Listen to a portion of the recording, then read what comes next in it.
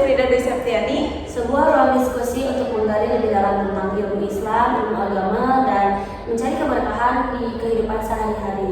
Yang dimana topik kita kali ini berhubungan dengan komunikasi persuasif.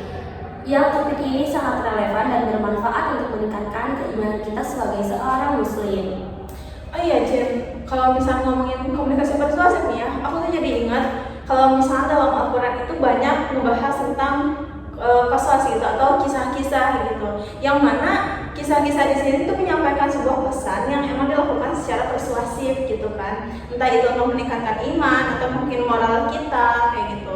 Nah terus kalau misalnya membahas tentang kisah nih, aku tuh paling ingat kisah Nabi Ibrahim. Jadi Nabi Ibrahim itu kan terkenal beliau itu mencari jati diri sama mencari siapa sih Tuhan itu gitu kan. Beliau itu mulai tuh nyari, yang pertama beliau tuh melihat ke matahari kan, matahari itu terang gitu kan. Nah waktu pas ngeliat gitu kan, makin sore itu matahari makin turun, dan kalau misalnya malam hari matahari itu udah gak kelihatan. Maka di situ Nabi Ibrahim tuh bilang, oh berarti kalau misalnya matahari itu bukan Tuhan karena dia ada tenggelamnya gitu kan, matahari bakal gak ada kayak gitu. Nah terus selain itu Nabi Ibrahim juga terkenal kalau misalkan ayahnya itu membuat patung berhala gitu kan ya. Nah di masyarakat di sana itu emang menyembah yang namanya patung berhala gitu ya, entah banyak namanya gitu kan, cuman aku emang kurang tahu di situ. Nah tapi ada satu wilayah, aku kayaknya kalau nggak salah gitu, itu tuh kayak gudang gitu ya, jadi kayak masuk ke ruang bawah tanah gitu. Nah yang mana di bawah di situ ternyata banyak yang namanya patung-patung berhala itu banyak banget di sana, mulai dari yang paling besar sampai patung-patung yang paling kecil gitu. Kalau misalnya mungkin bisa dijadiin pajangan gitu ya di rumah gitu kan, tapi memang itu tuh dipercaya sebagai Tuhan gitu sama masyarakat di sana itu. Nah terus Nabi Ibrahim kan bingung, kok orang-orang nyembah patung gitu kan, emang patung itu Tuhan gitu kan, Tuhan beneran atau enggak gitu kan. Patung juga banyak kan jenis bentuk-bentuknya gitu, bahkan patung tersebut dibahas sama manusia gitu ya. Di situ pernah satu malam gitu kan, di saat para masyarakat itu lagi nggak ada di tempat patung itu, di tempat berhala-berhala itu, Nabi Ibrahim itu datang terus bawa entah palu atau kapok gitu ya, bawa itu terus ngancurin semua semua berhala yang ada di sana. Tapi Nabi Ibrahim nyisain satu berhala yang paling besar di sana. Nah terus si kapak itu tuh dikalungin di berhala yang paling besar itu. Nah setelah keesokan harinya gitu kan, masyarakat itu mau ibadah ke tempat itu, tapi bingung kan, kok ini berhalanya hancur semua gitu kan, kaget itu, ini siapa yang ngancurin berhala-berhala ini. Maka dipanggillah Nabi Ibrahim gitu kan, karena Nabi Ibrahim itu datang yang paling terakhir di situ. Nanya, kamu bukan yang ngancurin berhala-berhala di sini? Terus Nabi Ibrahim bilang, bukan aku. Terus kalau misalnya bukan aku, siapa lagi? Katanya di situ. Terus Nabi Ibrahim bilang, coba tanya sama patung yang paling besar di sana, toh dia yang ngalungin kapaknya gitu kan.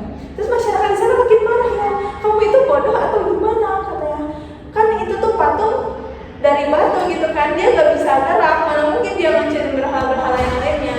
Nah disitulah Nabi Ibrahim tersenyum dengan bangga gitu kan, kamu tahu, nah itu kalian tahu kalau misalkan patung itu gak bisa gerak, terus kenapa kalian sembah, kenapa kalian sebut kalau patung itu Tuhan? Di situ masyarakat juga terdiam gitu kan, mereka nggak bisa ngeluarin opini yang lain kayak gitu.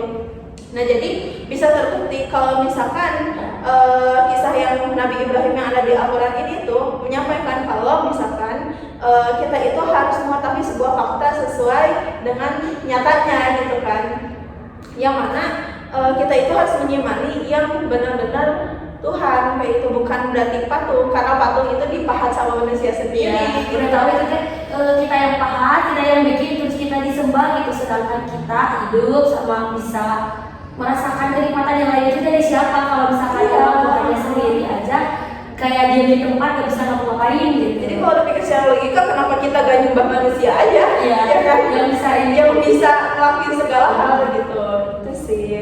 Nah terus selain ini loh Cin, selain kisah-kisah yang ada dalam Al-Quran, ada juga kalau misalnya Allah itu sering ngingetin kita pakai ancaman sama target itu loh. Ya, nah ancaman sama target atau janji itu ternyata sangat relevan dan bisa kita gunakan untuk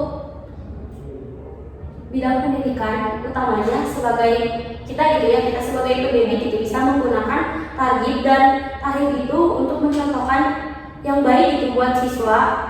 Utamanya ini pertama dalam target dulu. Target itu kan di sini adalah janji gitu ya. Kita bisa menekankan motivasi yang positif gitu untuk menjanjikan suatu hal yang positif juga buat si siswa. Misalnya kalau dalam motivasi, kalau misalkan si siswanya itu berperilaku baik atau dia berprestasi gitu, kita bisa memberikan sebuah apresiasi supaya si siswanya itu mau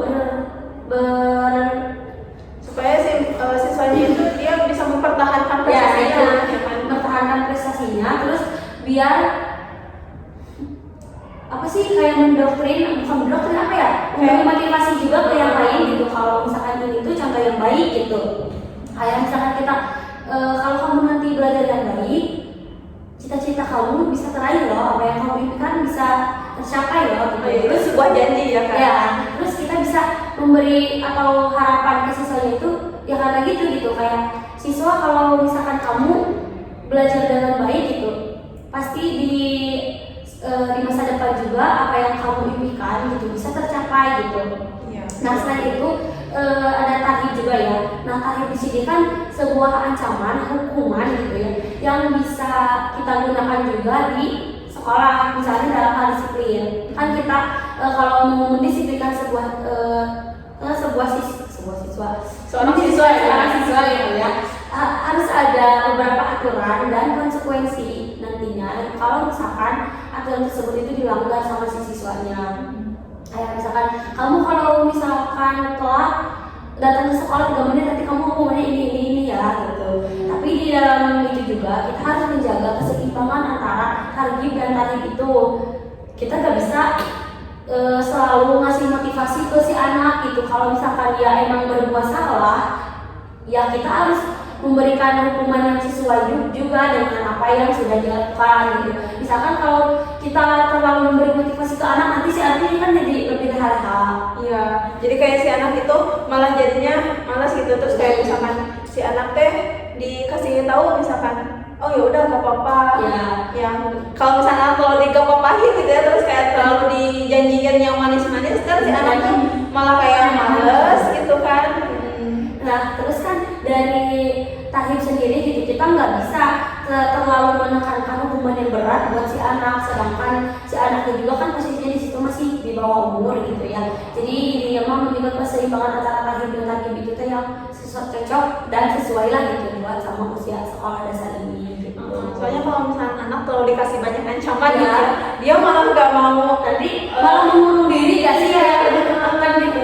Soalnya di sekolah juga apa sih kok sekolahnya kayak ancaman terus gitu. Ya, betul ya kayak gitu. Jadi ternyata emang komunikasi persuasif itu banyak ada ya di Al-Quran gitu. Terus juga memang di Al-Quran itu emang udah ngatur ya, gimana cara kita untuk hidup, bahkan dari segi komunikasi gitu kan. Terus dari segi kedisiplinan dan resiko-resiko dari kita melanggar itu juga udah diatur dengan sangat baik gitu di Al-Quran itu. Oh iya betul.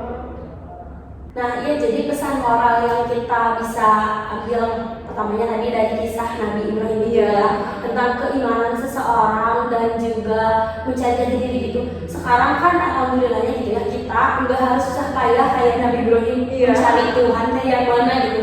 Kayak Islam teh disebutnya Islam turunan gitu, tapi kan kita sangat bersyukur sekali gitu ya sudah lahir gitu di lingkungan yang memang baik gitu. Jadi kita tinggal menggali dan memperkuat keimanan kita.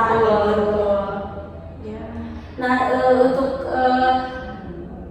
selain untuk memperkuat dengan selain oh iya Cin kalau selain dari kisah-kisah tersebut juga untuk memperkuat keimanan kita gitu. Kita kan juga udah tahu ya konsekuensi kalau misalnya kita ngelakuin suatu hal itu, entah itu baik atau buruknya gitu kan, karena Allah juga udah ngasih yang tadi ancaman sama janji itu ya kan. Berarti kita seharusnya bisa dong memperkuat keimanan kita gitu kan, karena kita udah tahu yang mana yang baik mana yang buruk, harusnya kita milih yang baik dan yang buruk itu dikesampingkan kayak gitu. Oke. Ya jadi itu ya guys, Semoga bisa diambil pembelajaran yang positif dari percakapan kita tadi terkait komunikasi persuasif yang baik itu bagaimana, dan juga pelajaran-pelajaran yang ada di Al-Quran itu, entah itu dari kisah-kisah dan yang tadi ya ada ancaman sama janji yang udah diatur sama Allah dalam Al-Quran kayak gitu. Ya jadi mungkin cukup sekian pembahasan kita kali ini terkait komunikasi persuasif yang dimana kisah-kisah ini sangat relate dengan kehidupan kita sekarang gitu. Mohon maaf bila ada kekurangan atau salah kata gitu ya. Ya mungkin cukup sekian dari kita berdua. See you soon. Ya, wassalamualaikum warahmatullahi